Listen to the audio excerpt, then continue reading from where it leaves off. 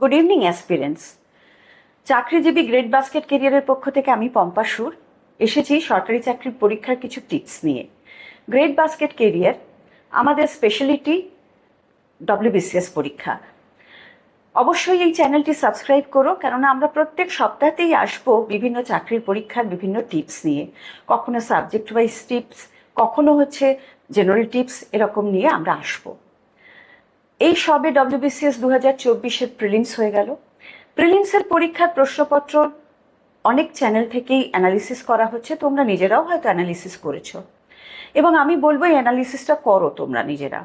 করলে যেটা দেখতে পাবে যে এই প্রত্যেকটা প্রশ্ন কিন্তু কনসেপ্ট বেসড এসেছে। চ্যাপ্টারকে শুধু পড়লে হবে না, শুধু এমসিকিউ মুখস্থ করে এই পরীক্ষা ক্র্যাক করা যাবে না। এখানে কিন্তু বই পড়তে হবে এবং প্রত্যেকটা জিনিসের কনসেপ্ট ভালো করে, প্রত্যেকটা সাবজেক্টের কনসেপ্ট ভালো করে বুঝতে হবে।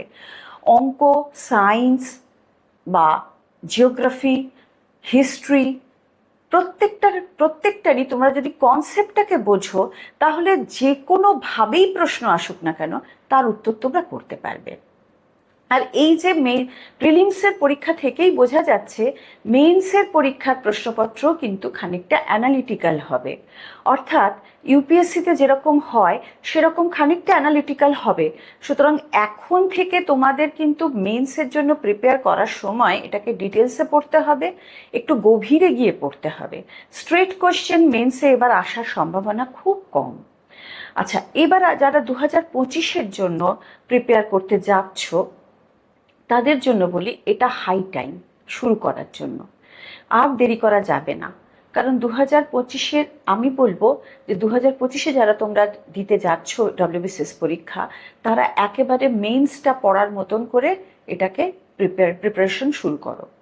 একটা জিনিস মাথায় রাখতে হবে যে প্রিলিমসে বাংলায় অনুবাদ করে দেয়া হয় বটে প্রশ্নগুলো, কিন্তু মেইনসে কোথাও বাংলায় অনুবাদ আসে না। মেইনসের যেটা 6টা পেপার আছে তার মধ্যে 2টো পেপার ডেসক্রিপটিভ। সেই ডেসক্রিপটিভ পেপারের মধ্যে রিপোর্ট লেখা আছে, ট্রান্সলেশন আছে, প্রেসি লেখা আছে। এগুলো কিন্তু প্র্যাকটিস করতে হয়। একটু প্র্যাকটিস না করলে একদিনে এসবগুলো ক্র্যাক করা যাবে না। আর এই ডেসক্রিপটিভ পেপারে যদি ভালো নম্বর না ওঠে তাহলে মেন্স ক্র্যাক করা সত্যিই মুশকিল।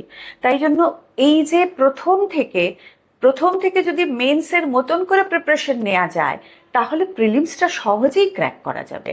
অর্থাৎ প্রথম থেকেই যদি তোমরা ইংরেজিতে কনসেপ্টটাকে বোঝো, টার্মিনোলজিগুলো ইংরেজিতে পড়তে থাকো, তাহলে প্রিলিমস আপনিই হবে। এই এই যে পদ্ধতিটা আমি বললাম, এই পদ্ধতিতে তোমাদের সময়ও বাঁচবে, কারণ একবার বাংলায় পড়বে, একবার ইংরেজিতে পড়বে, সময় চলে যাবে।